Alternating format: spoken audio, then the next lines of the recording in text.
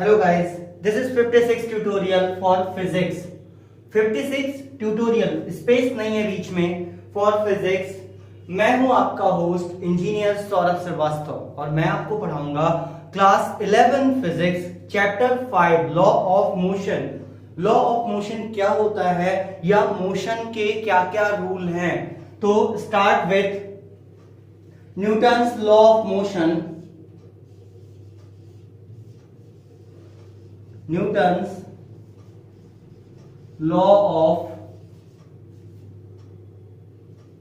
laws of motion.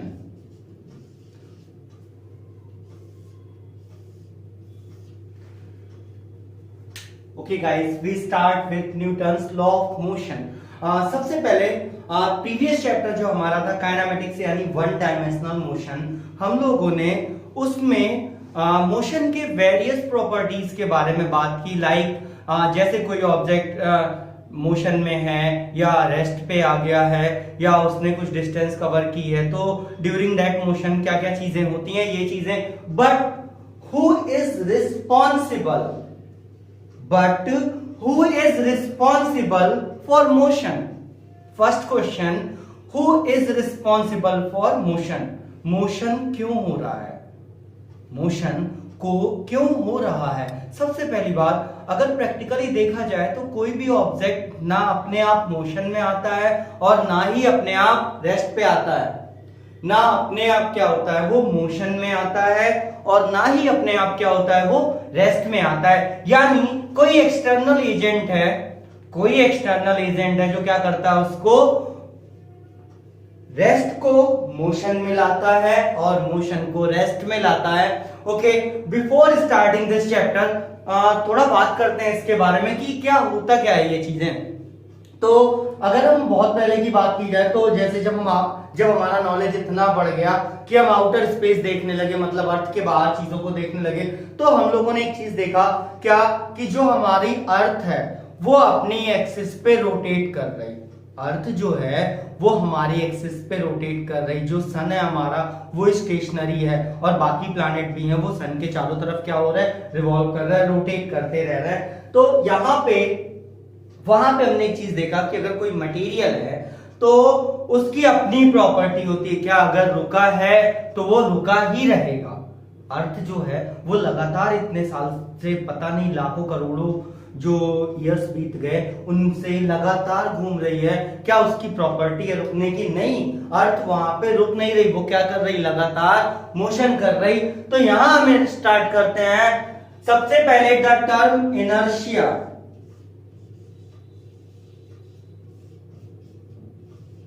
Inertia means होता है, वैसे इसका मतलब देखा जाए तो होता है इनर्ट.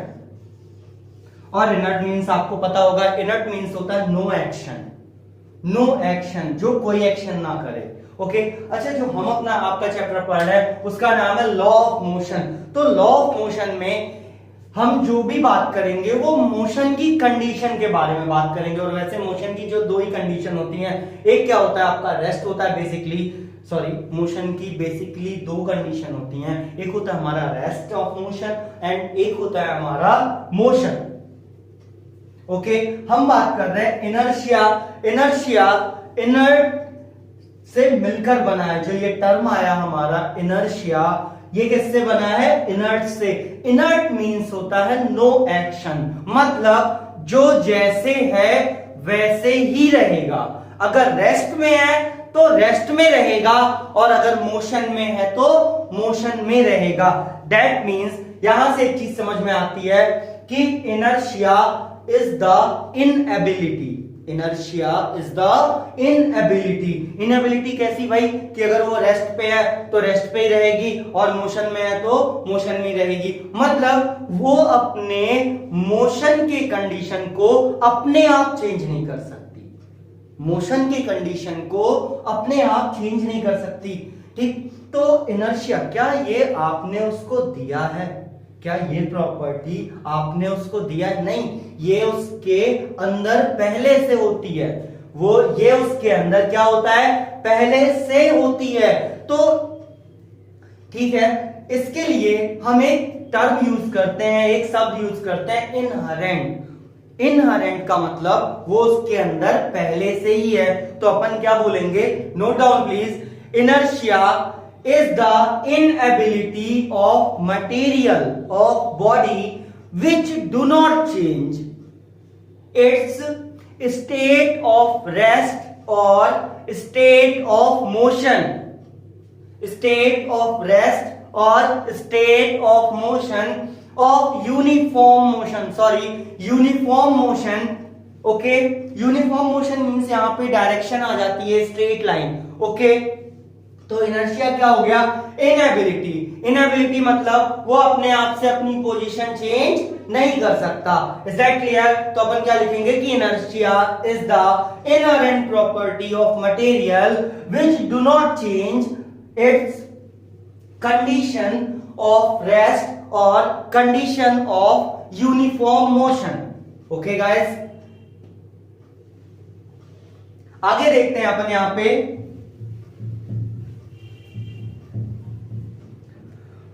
अब यहां पे दो कंडीशन हो रही है, one is rest other is motion, और एक और देखते हैं वहां पे डायरेक्शन, उसके लिए हम लोग यूज करते हैं यूनिफॉर्म मोशन। तो वहां पे इनर्शिया जो होता है हमारा वो बेसिकली थ्री टाइप का होता है।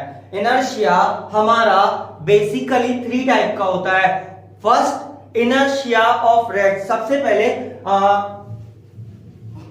हम बात करते हैं लॉ ऑफ इनर्शिया की। टाइप्स ऑफ इनर्शिया के पहले हम बात करते हैं लॉ ऑफ इनर्शिया की कि what is law of inertia.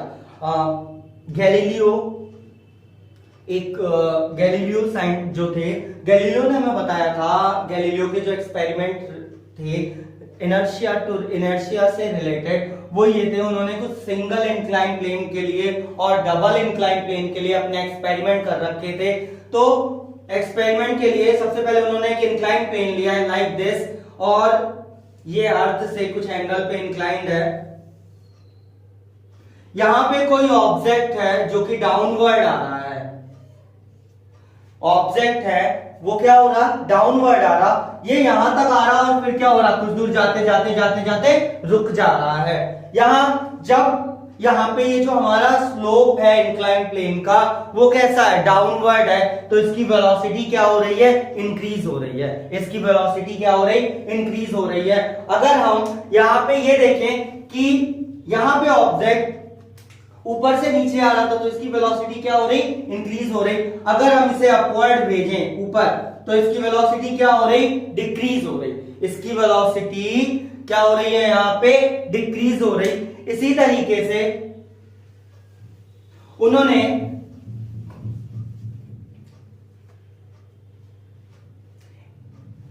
Double incline plane का एक्सपेरिमेंट किया, तो double incline plane like this, तो एक ऑब्जेक्ट को जब यहां से छोड़ा जाता है तो इस तरीके से आता है यहां पे यहां तक, बट ऑलमोस्ट ये सेम हाइट तक आता है, बट वहां तक नहीं पहुंच पाता, वहां तक नहीं पहुंच पाता। क्यों? Due to force of friction, due to force of friction, okay. फिर उन्होंने क्या किया, इसका स्लोप थोड़ा सा इस तरीके से थोड़ा और इंक्रीज कर दिया गया, तो ये ऑब्जेक्ट जो होता है इस तरीके से आता है, यहां तक आता है, तो सेम हाइट तक पहुंच जाता है, but it cover more distance, it cover more distance. Next condition में अगर हम यहां पे स्लोप जीरो कर दें, अगर हम यहां पे क्या करें, स्लोप को जीरो कर दें इस तरीके से, तो ऑब्जेक्ट यहां आएगा और इस तरीके से चलता चला जाएगा। एक आइडियल कंडीशन की बात करते हैं। Ideal condition means no friction, क्योंकि प्रेजेंट टाइम में हमें ये चीज पता चल चुका है कि चलते चलते कोई चीज क्यों रुकती है, फ्रिक्शन की वजह से। एक फोर्स होता है फ्रिक्शन, जो क्या करता है, उसके मोशन का अपोज करता है, मतलब उसे रोक देता है। तो अगर यहां पे फ्रिक्शन फोर्स नहीं हो, in ideal condition there is no friction force, no external force, then this object, तो ये ऑब्जेक्ट इनफाइनाइट डिस्टेंस कवर करेगा। क्या कवर करेगा? Infinite distance. तो गैलीलियो ने अपना जो लॉ ऑफ इनर्शिया दिया वो ये था कि if friction force is absent, if friction force is absent means वहां पे कोई फ्रिक्शन फोर्स ना हो, then if an object is at rest, If an object is at rest and it remain in rest. An object is at rest and remain at rest. And if an object in uniform motion, it remain in uniform motion. That means कि जो चीज चल रही है वो चलती ही रहेगी और जो चीज रुकी है वो रुकी ही रहेगी. That is law of inertia. That is law of inertia. Okay guys, next we discuss types of inertia.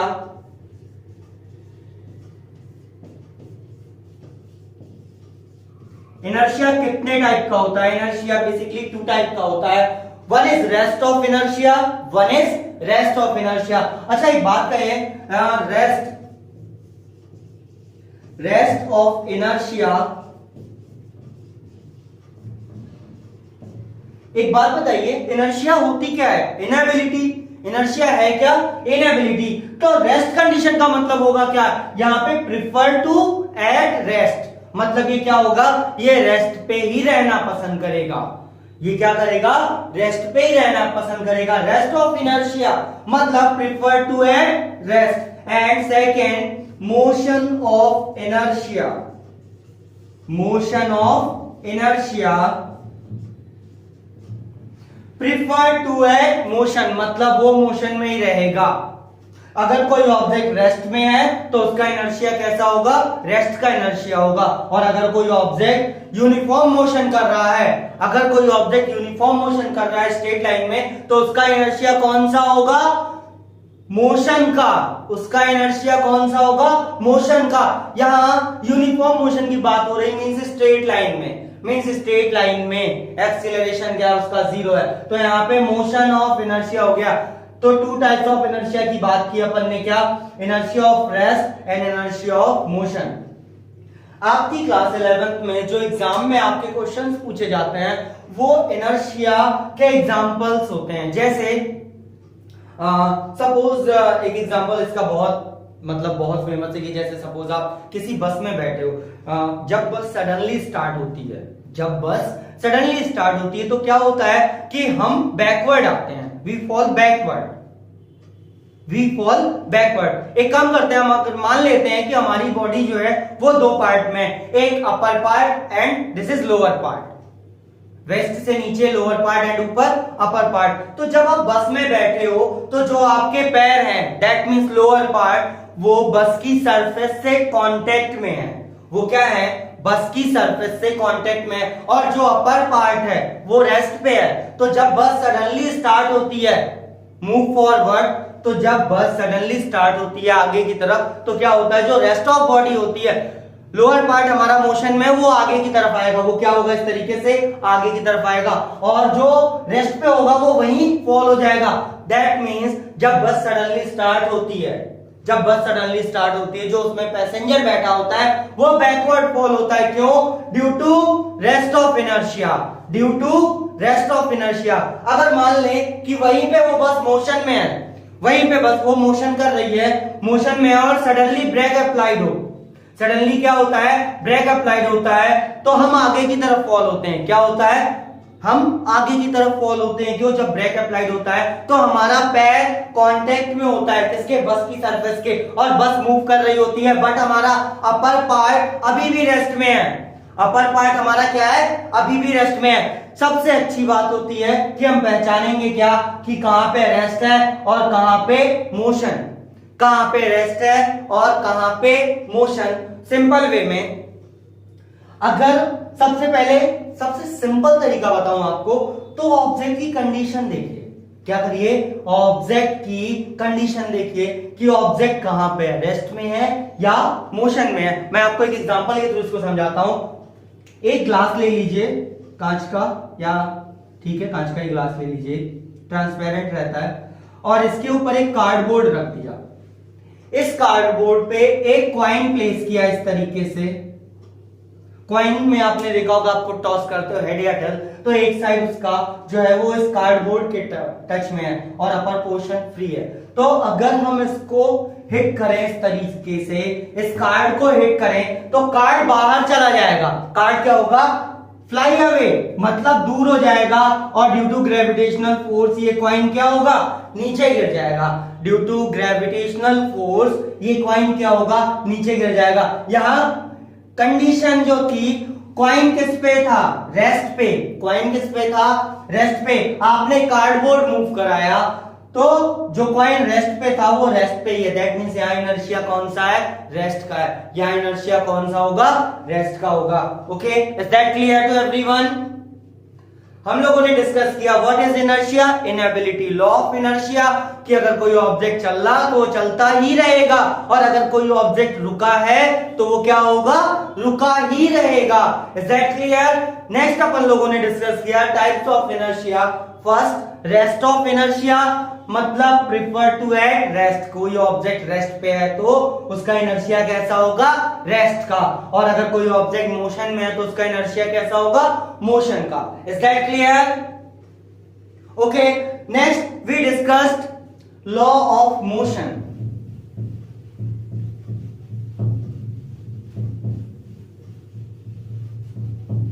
Law of motion में सबसे पहले न्यूटन, सर आइजैक न्यूटन, जिन्होंने लॉ ऑफ मोशन दिया, मतलब मोशन के लॉ। कोई ऑब्जेक्ट चलता है तो उसके रूल की क्या क्या रूल होते हैं, उन्होंने अपने 3 लॉज दिए। First law of motion, second law of motion and third law of motion. हम डिस्कस करने जा रहे हैं first law of motion. First law of motion, सबसे पहला क्वेश्चन अराइज होता है what is first law. What is first law, की फर्स्ट लॉ है क्या? तो न्यूटन सर जो थे उन्होंने गैलीलियो का जो लॉ ऑफ इनर्शिया है। अच्छा, एक बात आपसे पूछूं कि कोई ऑब्जेक्ट रुका है तो कब तक रुका रहेगा? कोई ऑब्जेक्ट रुका है तो कब तक रुका रहेगा? और अगर कोई ऑब्जेक्ट चल रहा है तो कब तक चलता रहेगा? जब तक हम उसको पकड़कर रोक ना दें। जब तक हम उसको क्या करें, पकड़कर रोक ना दें। तो वहां से इन्होंने फर्स्ट लॉ अपना दिया था, इसीलिए इसको अपन लोग क्या बोलते हैं, लॉ ऑफ इनर्शिया। देखेंगे आगे कि इसे क्यों बोलते हैं law of inertia. First law को अपन लोग लॉ ऑफ इनर्शिया भी बोलते हैं, लेकिन क्यों, ये आगे देखते हैं। तो अपन बात करते हैं फर्स्ट लॉ की। तो लॉ ऑफ इनर्शिया क्या था? लॉ ऑफ इनर्शिया हमारा ये था कि if an object is at rest then it remain at rest. If an object is moving if an object is at rest then it remain at rest, and if an object is moving in a straight line then it remain in moving. कब तक? until unless apply any external force on it. मतलब अगर हम किसी object पे force apply करते हैं तो फोर्स करता क्या है, try to change its condition of motion. Try to change its condition of motion. जैसे अगर कोई ऑब्जेक्ट रेस्ट पे है तो उसको मोशन में ला सकता है, या मोशन में है तो उसको क्या करेगा, रेस्ट पे ला सकता है, या वहां लाने की कोशिश करेगा। जैसे एक कार है, मान लीजिए कोई Hyundai की कार खड़ी है, आप उसको पुश करना चाह रहे हो, आप उसे पुल कर रहे हो, इस तरीके से पुश कर रहे हो, तो आपका एफर्ट इतना नहीं है कि वो कार आगे चल जाए, बट आपने कोशिश की तो फोर्स क्या कर रहा, कोशिश भी कर रहा। ये बात अलग है कि उसका मास ज्यादा है, ये बात अलग है क्या, कि उसका मास ज्यादा है। ओके, तो फोर्स फिर क्या हुआ यहां से, कि अगर कोई ऑब्जेक्ट रेस्ट पे है तो फोर्स उसे मोशन में ला देगा, और अगर कोई ऑब्जेक्ट मोशन में है तो फोर्स क्या करेगा, उसे रेस्ट पे ला देगा। Is that clear? तो force, first law of motion, what is first law of motion, this is not important. ये इंपॉर्टेंट नहीं है कि what is first law of motion. First law of motion क्या है, ये इंपॉर्टेंट है कि what is given by first law. First law से क्या मिला, फर्स्ट लॉ से मिला क्या, definition of force. First law से क्या मिलता है, डेफिनेशन ऑफ फोर्स। मींस कि force and external agent, force an external agent which try to change try to change condition of motion और चेंज कंडीशन ऑफ मोशन, मतलब अगर कोई object rest पे है तो फोर्स उसको क्या करेगा, मोशन में ले आएगा, और अगर कोई ऑब्जेक्ट मोशन में है तो फोर्स उसको क्या करेगा, रेस्ट पे ले आएगा। Is that clear? Okay guys, तो क्या फर्स्ट लॉ हमें ये बताता है कि कितना फोर्स रिक्वायर्ड है? क्या फर्स्ट लॉ हमें यह बताता है कि कितना फोर्स रिक्वायर्ड है? नहीं, मतलब यह हमें फोर्स की क्वांटिटी नहीं बताता, यह हमें फोर्स की क्वांटिटी नहीं बताता, मतलब हाउ मच फोर्स नीडेड, कितना फोर्स चाहिए टू स्टॉप अ कार या कोई भी चीज को। यह हमें सिर्फ यह बताता है कि फोर्स रिक्वायर्ड है मोशन कराने के लिए, फोर्स रिक्वायर्ड है कंडीशन ऑफ मोशन चेंज करने के लिए, but it does not tell what is the quantity. तो first law is the qualitative. Qualitative means क्या हो गया, इट टेल अबाउट द कि an external force is required to change the state of motion. An external force required to change the state of motion. Okay? तो first law को अपन क्या बोलते हैं, law of inertia. First law को क्या बोलेंगे, law of inertia. ठीक, first law से हमें मिला क्या, definition of force. First law क्या है हमारा, क्वालिटेटिव है। फर्स्ट लॉ क्या है हमारा, क्वालिटेटिव है। Okay, what is the unit of force? Force की जो यूनिट होती है, फोर्स की यूनिट सर न्यूटन के ऑनर में रखी गई है, इसलिए फोर्स की यूनिट होती है न्यूटन। फोर्स की यूनिट होती है क्या, Newton. Okay,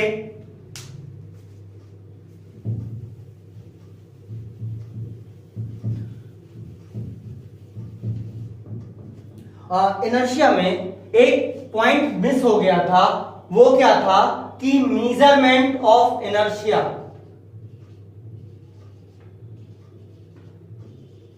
measurement of inertia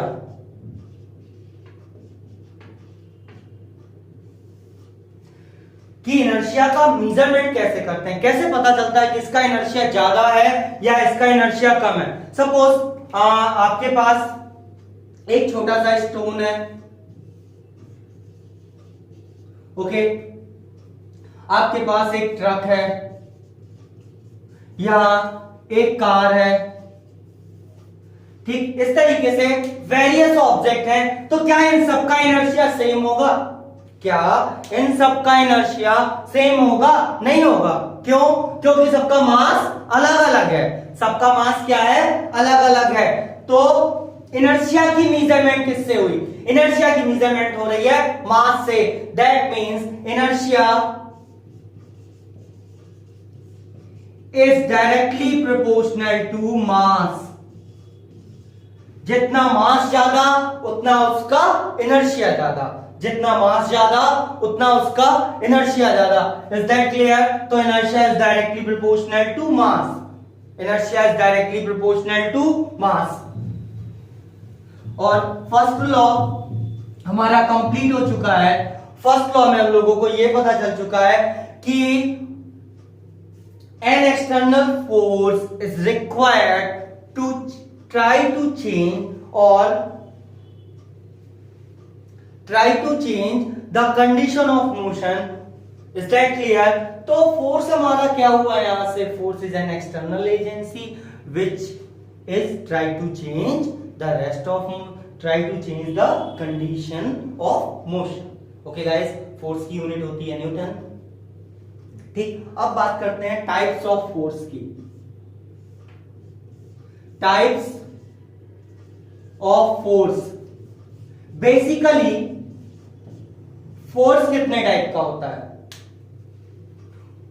यार पानी देना है ग्लास। अच्छा, अभी मैंने पानी मांगा है, तो एक बात बताइए, क्या without contact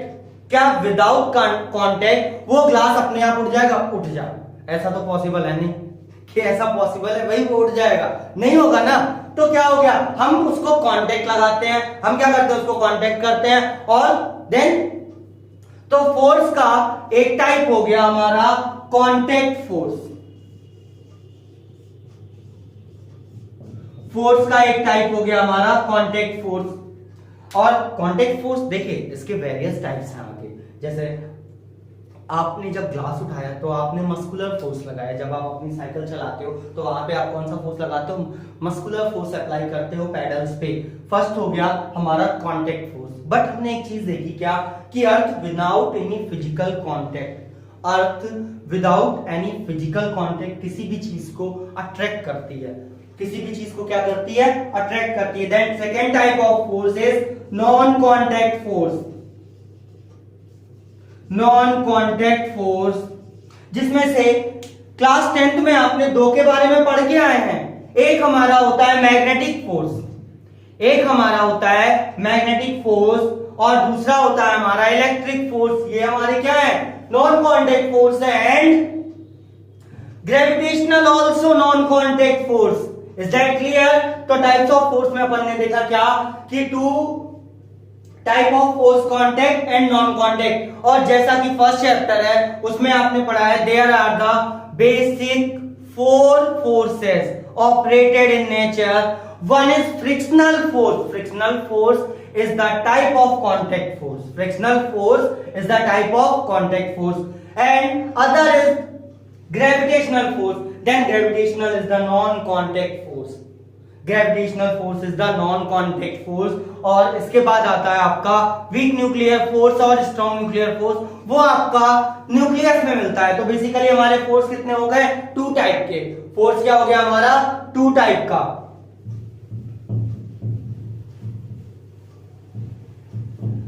next, what are the effect of force, कि फोर्स के क्या क्या इफेक्ट होते हैं भाई। Effect of force,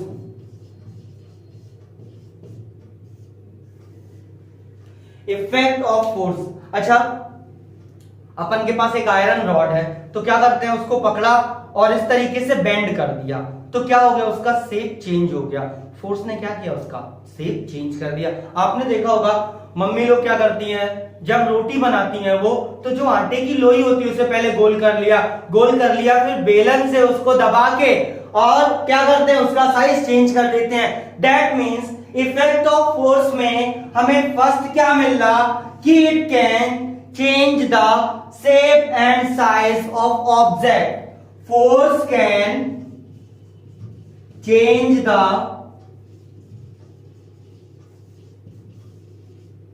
shape and size of object। दूसरा सबको पता है, it change the condition of motion। it change the condition of motion। Force क्या करेगा, रेस्ट को मोशन में लाएगा और मोशन को रेस्ट में लाएगा। तो सेकेंड मैं लिख दू, यहां लिख दू या आप नोट कर लोगे, आप नोट कर लो कि force can change the state of motion। Force can change the state of motion. अच्छा एक चीज सोचो कि अगर कोई बॉडी है जो स्ट्रेट लाइन में मूव कर रही है, अगर कोई बॉडी है वो स्ट्रेट लाइन में मूव कर रही है, या आपकी कार है आप उसमें बैठे हो वो स्ट्रेट लाइन में जा रही, सीधे जा रहे हो, तो अपन अगर उस पर फोर्स लगाएं तो उसे मोड़ सकते हैं। तो फोर्स क्या कर रहा है कि किसी भी मूविंग ऑब्जेक्ट की, किसी भी मूविंग ऑब्जेक्ट की मींस जो ऑब्जेक्ट मूव कर रहा उसकी डायरेक्शन को चेंज कर देगा, उसकी डायरेक्शन को चेंज कर देगा या ट्राई कर रहा। तो force can change the direction of moving object. Fourth point, force can change the direction of moving object. Okay guys, next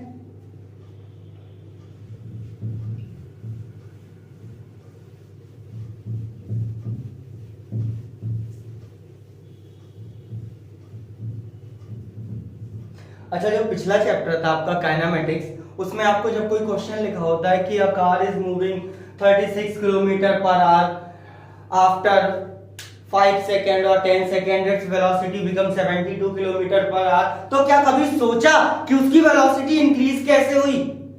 क्या कभी सोचा कि उसकी वेलोसिटी इंक्रीज कैसे हो गई? नहीं, फोर्स की वजह से। किसकी वजह से? फोर्स की वजह से। उसी को आप बोलते हो the velocity goes on increasing, acceleration. The velocity goes on increasing, velocity लगातार इंक्रीज हो रही, दैट मींस क्या है वहां पे, the rate of change of velocity या the time rate of change of velocity is called acceleration. ये वहां पे नहीं सोचा था कि उसके पीछे का रीजन क्या है कि कोई इसकी